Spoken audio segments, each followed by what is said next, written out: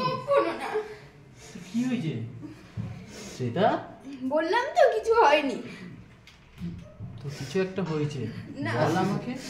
যেই মা আমার মাকে কেড়ে নিয়েছে, সেই মায়ের মুখ আমি আর কখনো দেখতে চাই না। কি বলছিস তুই? এই আমাকে ব্যাপারটা একটু খুলে বল তো। তুই তো কিছুই জানিস না। তোর সাথে তো আমার বন্ধুত্ব হলো মাত্র 6 মাস।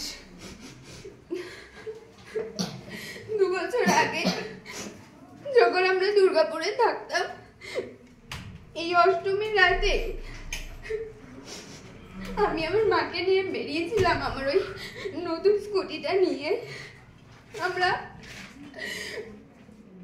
আমরা কত আনন্দ করেছি, কত প্যান্ডেলে প্যান্ডেলে ঘুরেছি, কত কিছু খেয়েছি, কিন্তু হঠাৎ দেখি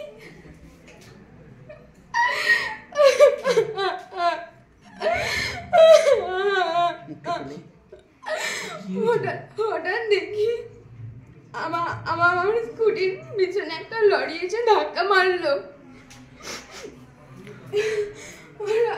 আমি উঠে দেখলাম আমার মা মাটিতে পড়ে আছে,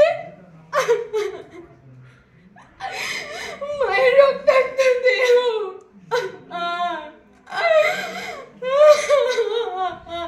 কাঁদিস না শ্বেতা। সবাই যখন মাকে হসপিটালে নিয়ে গেল, কিন্তু আমার মা আর আমার কাছে ফিরে আসেনি। সারা জীবনের মতন চলে গেছে। দুর্গা আমার মাকে কেড়ে নিয়েছে। দুর্গা মা কাউকে কেড়ে নিতে পারে না। আমার কথাটা একটু শোন। তুই তো আমাকে বিশ্বাস করিস, বল তুই আমাকে বিশ্বাস করিস তো? আমি তোর ভালো বন্ধু হই। শ্বেতা, দুর্গা মা তোমাকে কেড়ে নেয়নি, আমার কথাটা একটু বিশ্বাস কর। আচ্ছা ঠিক আছে, তুই আজকে আমার সাথে চ বলছি। তুই আমাকে বিশ্বাস করিস তো? হাত দে। তুই বলছিস? হ্যাঁ আমি বলছি। আমাকে বিশ্বাস কর। আমার মায়ের মুখ দেখতে পাবো?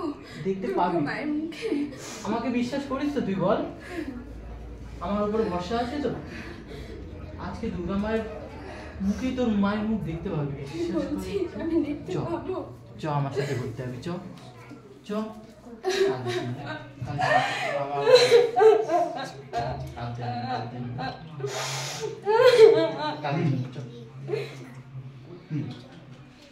আমার ডায়লগটা একটু আসলে ডাইরেক্টর বলিস